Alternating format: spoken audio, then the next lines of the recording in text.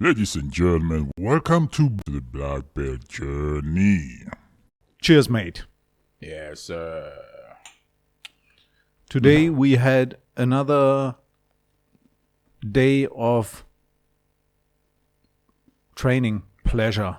Mm-hmm. Ew, training pleasure. Mm-hmm. We had good training. It's Saturday morning, and we had our Saturday morning training and did a little bit of kata, kumite, kihon. What else did we do? We did a little bit of kicks as well. We did some. Yeah, we did like what? 100 100 kicks. 100 kicks. And I don't know in English they call it like 50 kicks on the right, 50 kicks on the left side. That was very interesting because That was really good. yeah, I mean when people are getting like old and they tend not to use the kicks. They don't. They tend because it's becoming more difficult to It use. gets way much harder. Yeah, and now if you don't exercise it, like if Yeah. you don't develop a kind of routine, when after 10 years you're like, wow.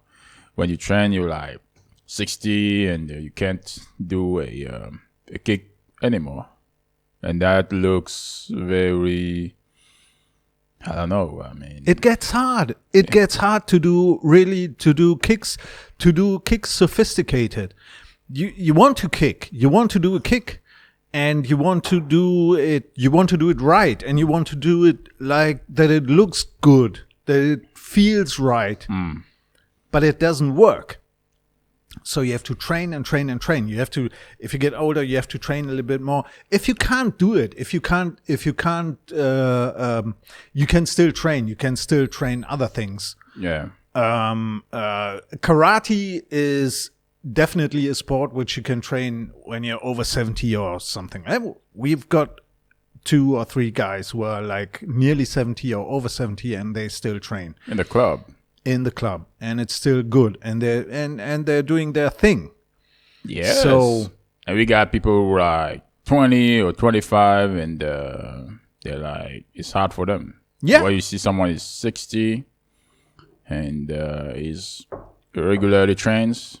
So everybody has his reason not to do something. Everybody has his reason. Everybody can train, and you can train this. It's different with. I think, no offense to all the basketball and football lovers out there, Yeah. but if you're 60, if you're like if you're over 60 and you want to play basketball, I think. You have to be really careful on the field. But if you want to play football, if you get your ankles torn or broken or whatever, like if there's something with your knee, if you just step wrong or something like that, it's damn hard to get on your feet again if you're like over 60 or something Sure. like that. I was watching a little bit of basketball because sometimes I watch basketball, and I don't know if you know, like LeBron James lost the playoff, and and before he got an injury, and with time, and it's just 36. But when you play basketball, and when you're 36, it looks okay. People say you're old. When you're 36, you're old in basketball. Yeah, in basketball, it's like people say you are already old, and maybe with the LeBron James, I don't know, but when you see the watch, it looks like the guy was very exhausted with the game, and I think NBA is very hard. But maybe next year, next year it will be like 37, and it gets harder. Yeah. If you got injured and. The NBA is a Champions League. It's a Champions League. It's a high end. Yeah, high level. Yeah, high level sport. I think in the world is the best league, and is another level. Yeah. But- So it's definitely, if you're there, if you're over 35, over 36 or something, you have to earn the because it's your tougher. place. But when you get into the UFC, I mean, some people are like 40. I mean, they still fighting, and they're 35. I mean, people don't really see like you old. I mean, it's like that's the little difference in fighting in martial arts. Yeah, because even if you get older, you can try to you train and you try to develop a certain style or develop your own style, your own kind of fighting. You don't, like, if you're over 50, 60, you don't kick Jordan, you don't kick to the head anymore. Yeah, I mean, you kick down and you do other things. And you can still be a good fighter. Yeah, I mean, you can focus now on developing other strategies. Like, if someone is young, okay, they got energies, they kick, they punch, they are on fire. But you also see that, okay, some people are young and they got kicked by someone who is older. I mean, a UFC thing, and I think it's not really about age. I think it's something in the head. Some people start late. Some people start earlier, and it's a lot about state of mind. Yeah. Who said that? There was this guy who said, if you go into a ring, or if you do fighting, you can stand there, and before they start to fight, who will win. Yeah, because it's just the way somebody stands there and the way you approach, and that's it. Yeah, that's why they have like this trash talking before the game. Oh, you piece of shit! And then they already start the fight before the fight in the cage. Yeah, it's like changing those words, and it's like really to get into your mind, like to kill you first there. I mean, and if you take it really like seriously, and when you go there, okay, you're like, I mean, the other guy. He's already won, and that's like, I think Tyson was the one who said that in his book. He said, if you manage to get into the head of your opponent in the trash talk, in this in this face off, and you're able to get in the head of your opponent, and you demolish him, man. It's no problem. In the fight, you will get no problem. Yeah, sure. It's fun. Yes, that's why they are trash talking, and that's what I think. Or when we see them doing this trash talking shit, I mean, those I don't believe or think they are. And in real life, it might be the same. I don't know, but I think it's for I think UFC is more like a show. If you're like, okay, they don't like people who are like boring, and they want you to trash talk, people love it, and the media, they love it, and also the fans, I think, and absolutely, they love it, trash talk, and but some people don't really trash talk. They're also like, they're quiet, but they're very dangerous. Like like the UFC like heavyweight thing with this Francis Ngannou. I mean, it started like. When he started, okay, he didn't have some skills. He's been developing some skills like really like lately, and now this guy is like a champion. He's not really into the trash talking, but man, the guy is cool. And when he won, and even though the other guy, Miocic, I mean, his opponent, I mean, in the heavyweight, those guys were not really trash talking. I mean, they were. There's there were respect. I mean, between them, it was kind of nice to see. Between some fighters. I told you. I think I told you before the story with Mike Tyson was in his book when he went to the face-off with some opponent. Yeah, and his girlfriend came in to the room, and so it was something like that. He was standing there and doing this. Trash talk, and like he is all the swear words, all the hard stuff, and then he saw his girlfriend walking into the room, and he went, "Oh, hi, sweetie."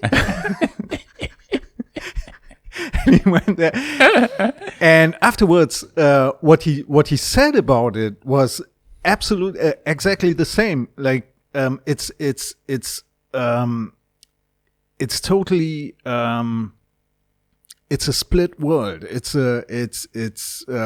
on the one hand, you do the hard, you're a hard guy, and you do the trash talk, and you try to demolish your opponent in the talk, and it's really paradox. Then on the other side, you go out of it, and you're like the friendly guy and the normal guy again. It's a game, man. I mean, it's a game. For it's the for show. It's a business. I mean, and it's a business. Absolutely, the media loves it, but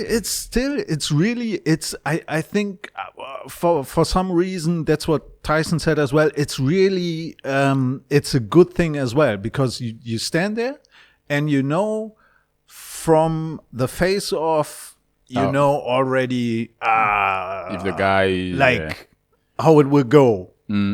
So yeah. That's what I love in UFC. I mean, there's a lot of respect, a lot of between, the fighters. Not all, but after, even though someone beat you down, and after they show up and like, "Hey man, how you doing? Good." A lot of respect. But with some, it's like they don't really show respect. They're like, they really hate each other, and Have you seen? There was the latest. I think it was just a month ago or something, from GSP and his opponent, where I think GSP has to fight him to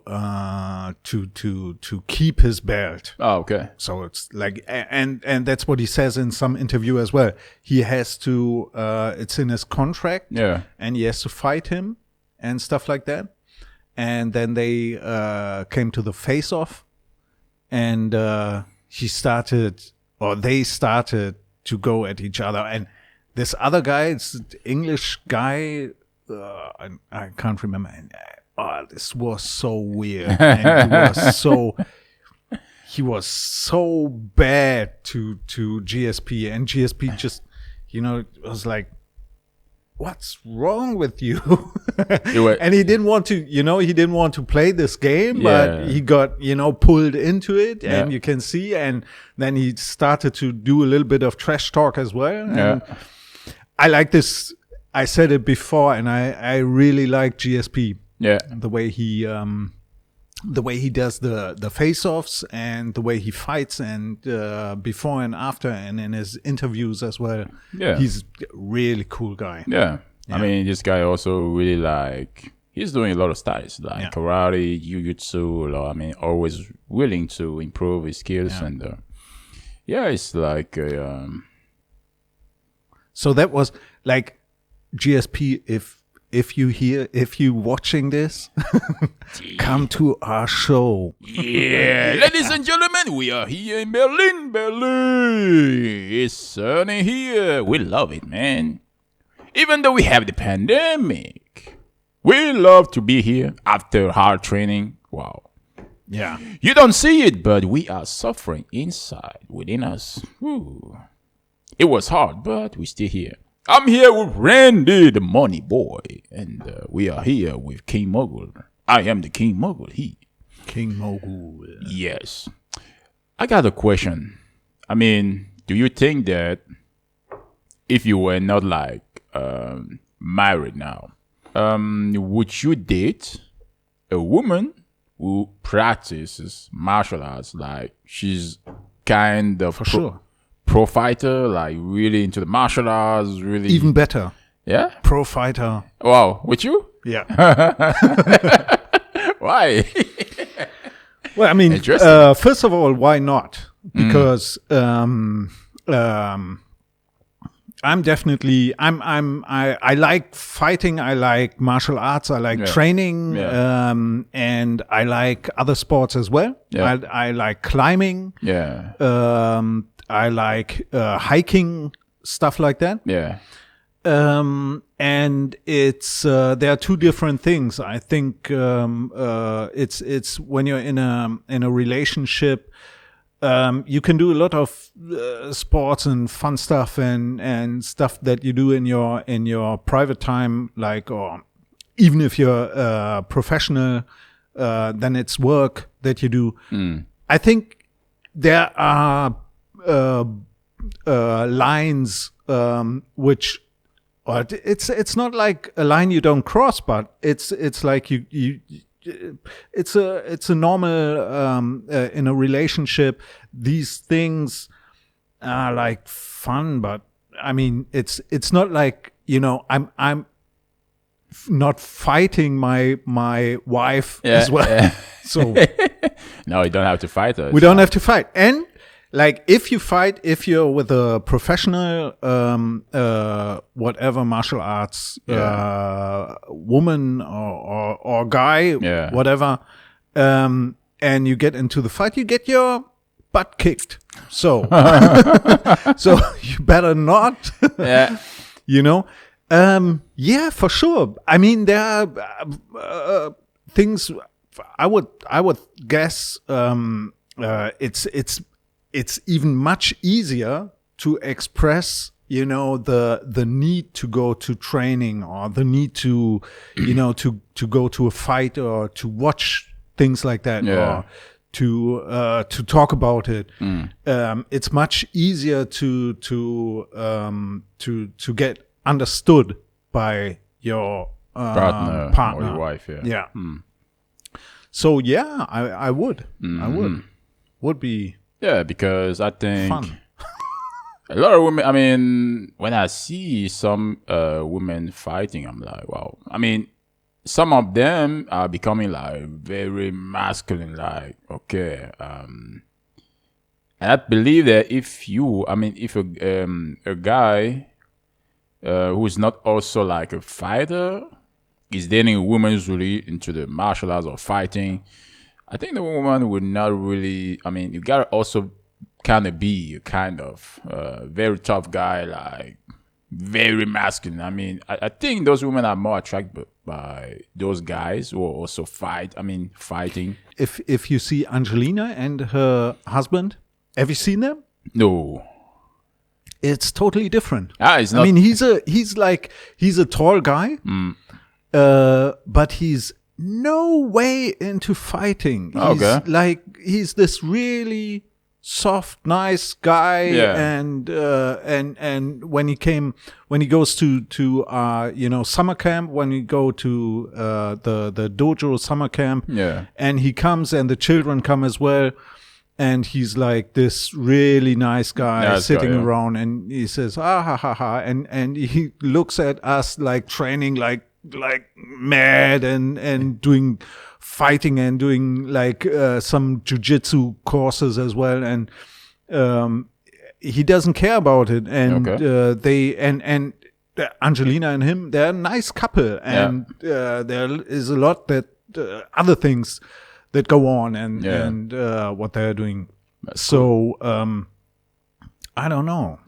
I mean, the thing is, if you're really into sport, and you meet a girl, a partner, you meet someone who's like likewise into sports, into whatever kind of sport, it's definitely easier.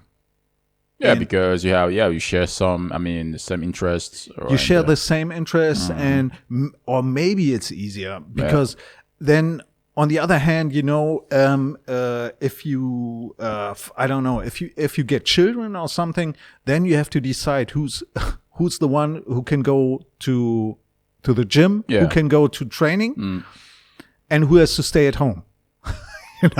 Yeah, I mean, it's tough. It's not. I believe it's not easy. Yeah, and and there are like it's a lot. Like if you get children, that's I always talked about it. Like if you have a relationship, and you're like in a goodwill situation, and you say, shall we meet let's meet then, let's have, let's go out in the evening. And it's always like goodwill. And she calls you and you say, let's meet and stuff like that. Yeah. If children are in play, your goodwill relationship, your loving relationship gets into a business relationship. Yeah, I mean, you have to talk. You have to talk money. Yeah, sure. You have to talk appointments. Yeah. You have to organize children. You have to do it's like a small company. Yeah, sure.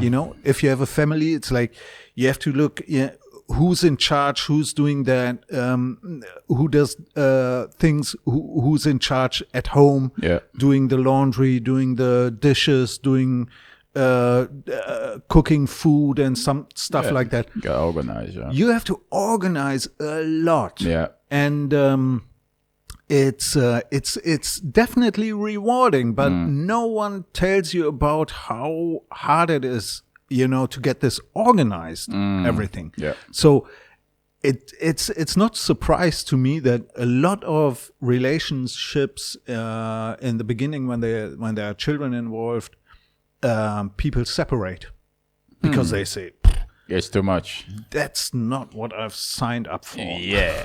Yeah, the beginning is always very exciting. And I believe, at the beginning, people don't really study and see what it would take them to keep the relationship. Yeah. It's like they get into a relationship because there is this they're excited. And then, yeah.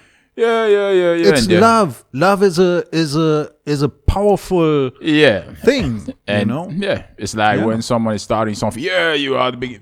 It's like when someone is starting a business. Yeah, exciting at the beginning. Yeah, and then after 3-4 years, no more business, because at the beginning they didn't really assess what it would take for them to really go to develop the thing. And you have to work. You have to take responsibility. Yeah. You have to be there, even if you don't want to be there. Sure. Yeah. I mean, dating a girl who is into martial, the moment she's still feminine, it's okay. But if she's becoming more masculine, becoming the man, I'm like, nah. I'm a man. I'm not looking for another man. Yeah, sure. I mean, if you're you are always okay, you're like a man. I'm like, oh, I'm the man here. You are the wife. If you don't want to understand that, okay. Now it's time we part ways. No, I don't want to be with a man. A woman, okay, good. And she's at home, and you're at home, and she says, "Can you do the dishes? I'm a little bit, I'm tired." And he said, "No, you're the woman. I'm not doing dishes." And then you get punched. Bang!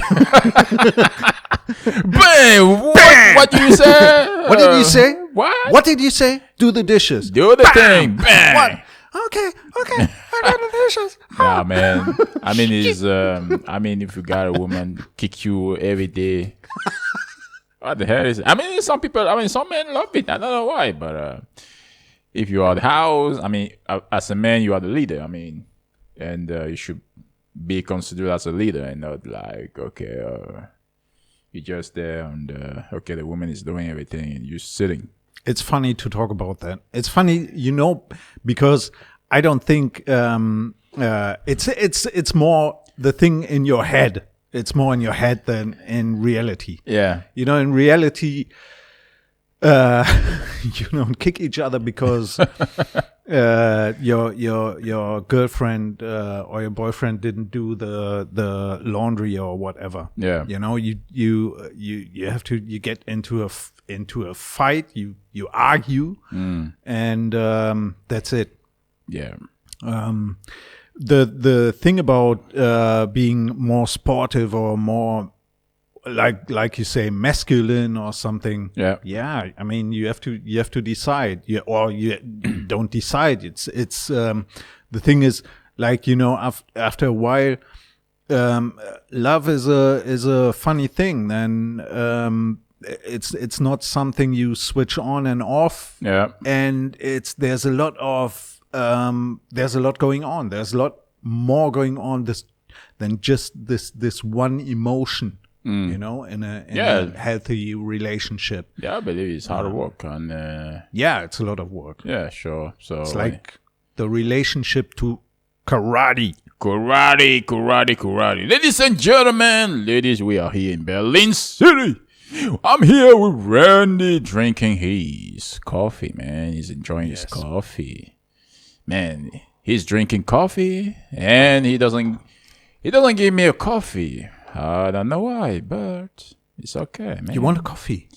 I've been here. I got no coffee. Okay, good. Yeah. Ladies and gentlemen, the guy who got the money, Randy's the guy of money. Man, he doesn't give me the coffee. Yeah. What the heck is happening here? You will get coffee when we're done. When we're done? Yeah. What the Not heck? before. Ladies and gentlemen, you see how I'm getting treated here by Randy. Yeah, but I've got a question. I've got a question too, and it's if somebody starts martial arts and goes on YouTube to look at what are other guys doing and where can I get like a little bit of support or something, or what can I do? What kind of channel or who would you recommend? Who would you recommend? But when I want to go, watch some stuff when you martial arts, I don't know, I'll just go. For me, I got some people I'm following, like Mike Jai White, man, doing his training. Oh yeah, I try to see how, because the guy is he's a beast, man.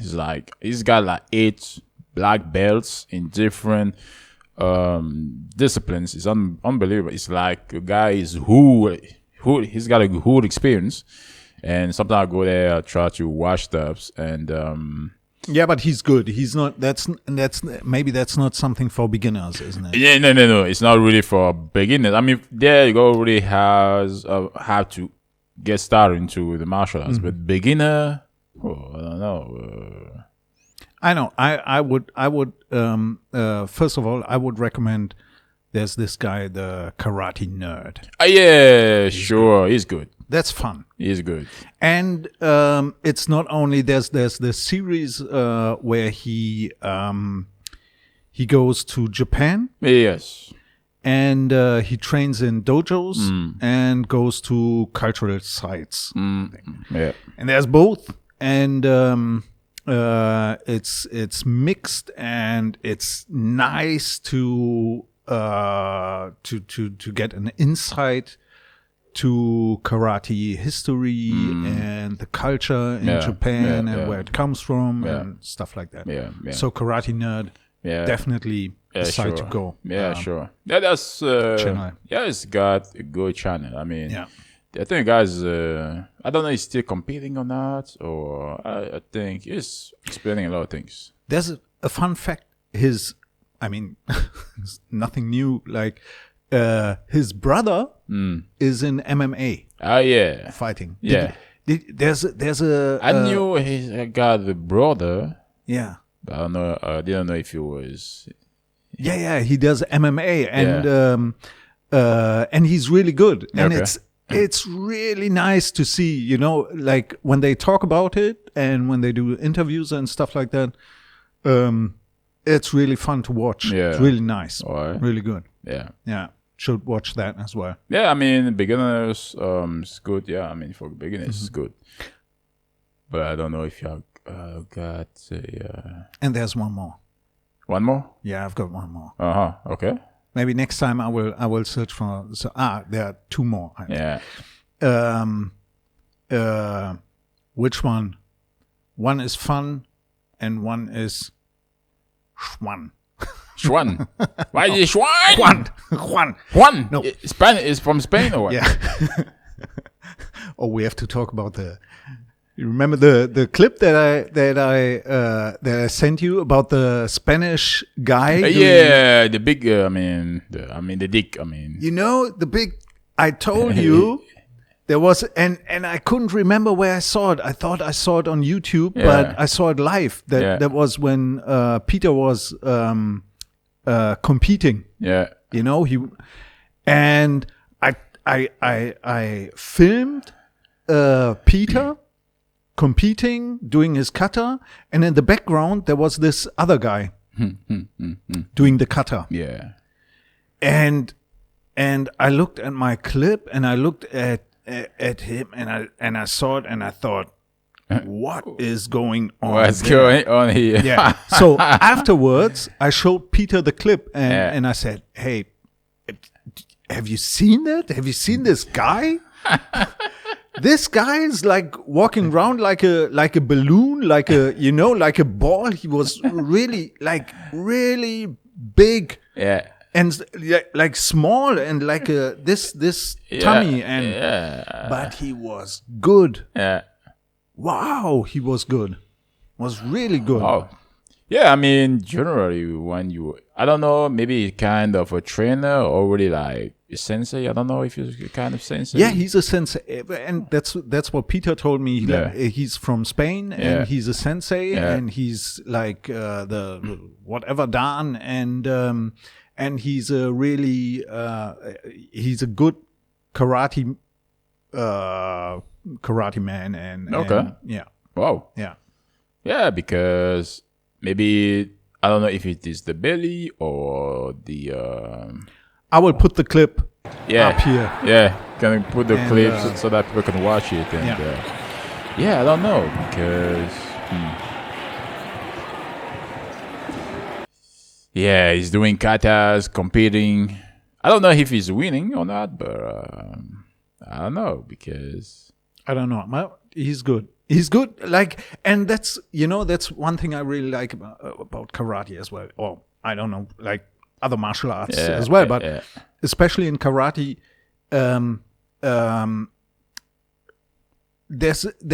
are. A lot of things where in other sports you would say, you can't do it because this and that and whatever reason. Yeah. In karate, there are not a lot of reasons why you shouldn't train or why you can't do karate. Yeah, sure. You can train to a high age. Yeah. You can train even if you're like if you think your body mass is not right. You can train it doesn't matter if you're tall or small or big, fat or slim, or if you're a woman or a man, nothing matters. Karate is like you can always at every age in every whatever you like, you can train. Yeah. That's good. The thing is that if you're fat in karate, you're getting, if you really train you're going to lose weight. Yeah. Really. Really. If you train like once, twice per week, okay. I don't know if you will really lose it because 2 trainings per week is not really a lot. If someone wants to lose weight, you got to train like with karate, got to train like maybe 4 times a week, man. Or maybe 5. 4 or 5 times a week. If you, but still, you don't have to do karate to lose weight or something. You can do karate to still have fun and to do your stuff and to get, to do some physical exercise. Yeah. So. In karate, they have sport karate. Okay, sport. Like, people competing. And then we got karate, like, really to learn really tradition and basics and really go deep into karate, study the philosophy and all those things. Okay, if you do it for fun, okay. I don't know. But why would someone do karate for fun? I don't know. Like, hey, karate just, I don't know. No, that's another thing. We can talk about that again in another series about the state of mind you're in when you're fighting. Yeah. When you're really fighting. That's something for another time. 2 more I had in mind. Rick Houghton. Yeah. Great guy. Yeah. Great trainer. Great trainer, great karate teacher, and there are a lot of philosophical things. Yeah, he says, which are really good.